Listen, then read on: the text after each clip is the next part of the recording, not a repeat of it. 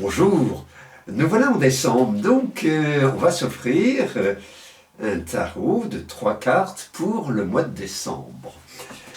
Ça fait 12 mois que je fais ça avec grand plaisir tous les premiers du mois pour vous proposer une sorte de guidance pour le mois avec l'aide du tarot.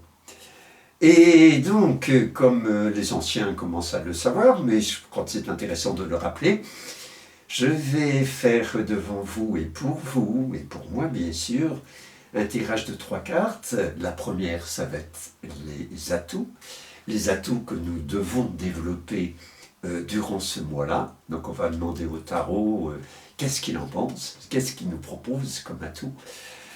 La deuxième carte, ça va être les choses à travailler. Alors je dis toujours en plaisantant que peut-être que vous n'avez plus rien à travailler, mais moi j'ai du boulot, donc c'est intéressant de regarder qu'est-ce qu'on a à travailler avec l'aide du tarot. Et la troisième carte, c'est la synthèse, c'est-à-dire la carte qui domine le mois. Voilà, vous voyez, donc je suis en train de mélanger les cartes en pensant à vous, en pensant à ce mois de décembre, qui bien sûr est un mois particulier, c'est le mois de Noël. Donc c'est le mois, on pourrait dire, d'une naissance symbolique en tout cas. Alors voilà, donc j'ai mélangé... Oh, tiens, c'est curieux, des coupures avec une seule carte, c'est assez rare. Voilà, hop, et là je fais un petit... Voilà, un petit effeuillage comme ça. Et donc, ça va être d'abord la carte des atouts pour ce mois de décembre et pour vous. C'est celle-là qui va venir. Je ne la regarde pas, je la place ici, sur votre gauche à vous. Nos atouts. La deuxième carte, donc, c'est les choses à travailler. Alors, c'est celle-là qui s'invite. Oh, il y en a deux qui viennent. Bon. Il y en a deux qui viennent, et c'est qu'elles veulent causer. On va voir ça tout à l'heure, ça va être la surprise. Et la synthèse pour ce mois de décembre, hop, c'est celle-là qui vient. Je replie mon petit jeu, et donc je vais regarder avec vous les atouts pour le mois de décembre. Alors je vais découvrir avec vous cette carte qui est la force. Alors, vous voyez, cette force, cette dame, c'est un côté féminin, bien sûr, en nous, que vous soyez homme ou femme. Un côté féminin puissant, qui est particulièrement relié, regardez bien son chapeau, avec le signe du 8, le signe de l'infini. Et aussi, vous pouvez voir que elle ne touche pas le sol, c'est-à-dire qu'elle est en lévitation. C'est-à-dire c'est quelqu'un qui est capable de prendre du recul. Donc, on attire ça dans nos atouts pour décembre. Et regardez bien cette cape d'un rouge particulièrement vivifiant. Donc le tarot nous invite avec cette carte à nous connecter à cette... puissance de vie en rouge en nous. Vous voyez, je fais des beaux lapsus. Et cette force, cette dame, il y a un animal dont elle tient la gueule ouverte. Et ça ne saigne pas. Et j'ai toujours été très intrigué par ce détail. Parce que quand même, tenir la gueule ouverte d'un animal, est-ce un chien, est-ce un sphinx, je ne sais pas trop. En tout cas, normalement, l'animal ne se laisse pas faire. Alors c'est un côté instinctif en nous. Et le symbolisme, bien sûr, qui nous parle, c'est que nous avons besoin de dire des choses. Vous voyez, la gueule ouverte. Oser dire les choses. Mais comme la gueule est au niveau du hara, c'est-à-dire du ventre, c'est une parole qui est sensée et calme et ferme. Pouvoir dire ce que l'on ressent, à nous-mêmes d'abord, parce que le tarot est une aventure de soi à soi d'abord.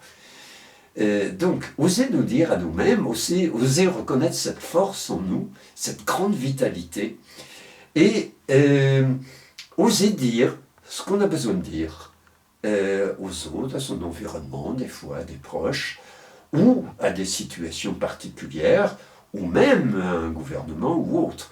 La force, c'est celle qui ose dire et qui n'a pas peur de dire, ça ne lui fait pas mal, donc ça ne nous fait pas mal, et ça ne fait pas mal à l'autre, parce que c'est dit de façon posée. Que ton oui soit un oui, que ton non soit un non, tout le reste est l'œuvre de Satan. C'est pas moi qui le dis, c'est Jésus dans je ne sais quel évangile.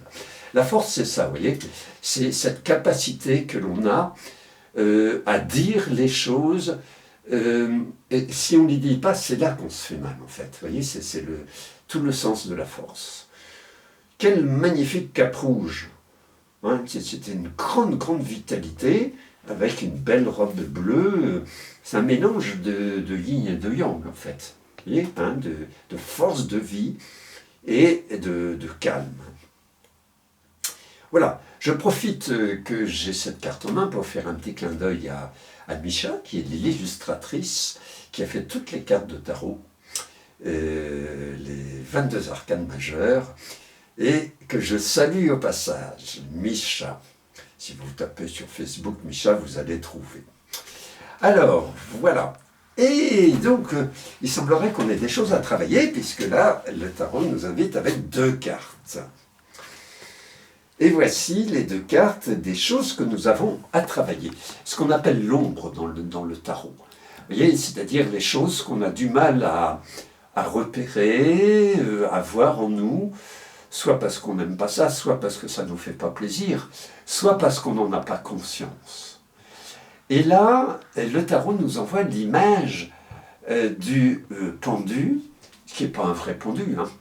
Regardez bien, il est juste tenu par la cheville. Et on pourrait dire qu'il fume une taf. Il est détendu, voilà, il est cool. Et simplement, il se pose pour regarder les choses. Le pendu, c'est la capacité en nous à renverser les situations. Vous voyez, le pendu, il est à l'envers. C'est-à-dire, il est à l'envers et il a cette capacité par rapport aux événements qui se passent en lui ou aux situations qu'il vit à l'extérieur, ça peut être l'extérieur tout proche ou le grand extérieur. Il a la capacité de voir les choses complètement différemment et donc du coup de repositiver les choses. Vous voyez, il y a les arbres des 2 côtés sont en train de bourgeonner. Voilà. Et ça, c'est simplement dû au fait qu'il développe cette capacité à voir les choses autrement, à 180 degrés. On l'attire dans la zone d'ombre, c'est donc un boulot qu'on a à faire. Vous allez, sans aucun doute, en ce mois de Noël, qui est un mois délicat au niveau familial, voilà, est-ce que je vais inviter un tel ou une telle, ou est-ce que je vais me retrouver seul, ou voilà, ou c'est toujours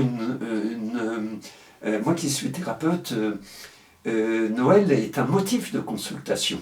Il y a des gens qui viennent consulter uniquement parce qu'ils ne supportent pas Noël. Alors bien sûr, on tire le fil de la pelote et on s'aperçoit qu'il y a quelques petites galères dans l'histoire.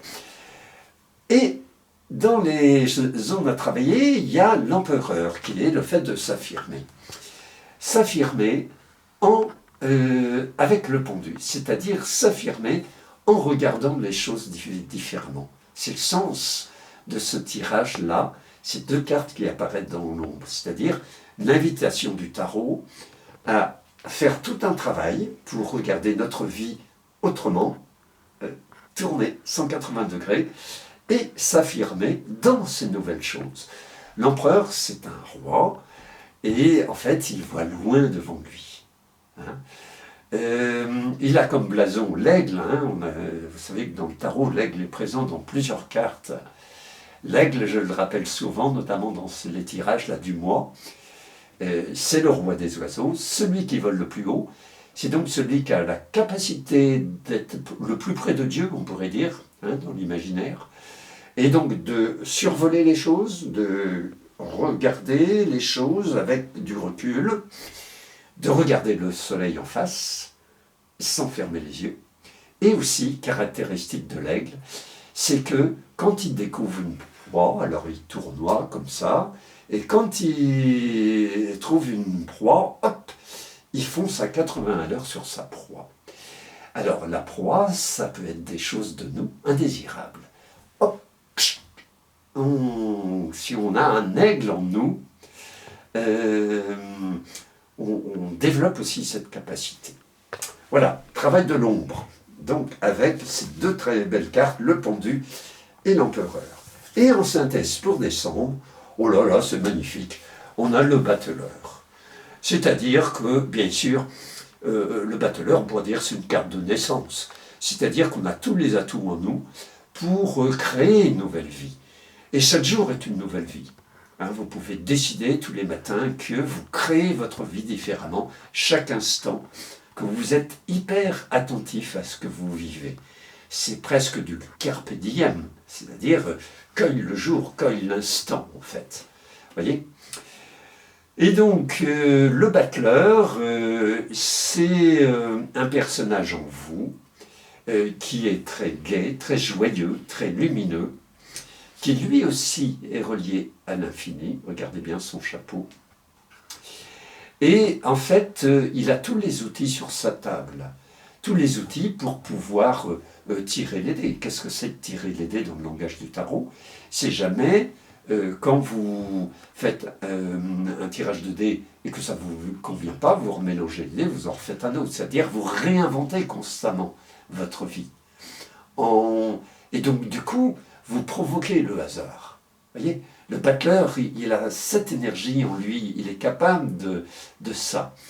Il a dans sa main gauche une petite flûte. Moi, j'aime bien penser que c'est une baguette magique, c'est-à-dire qu'il a la capacité à transformer les situations qu'il rencontre.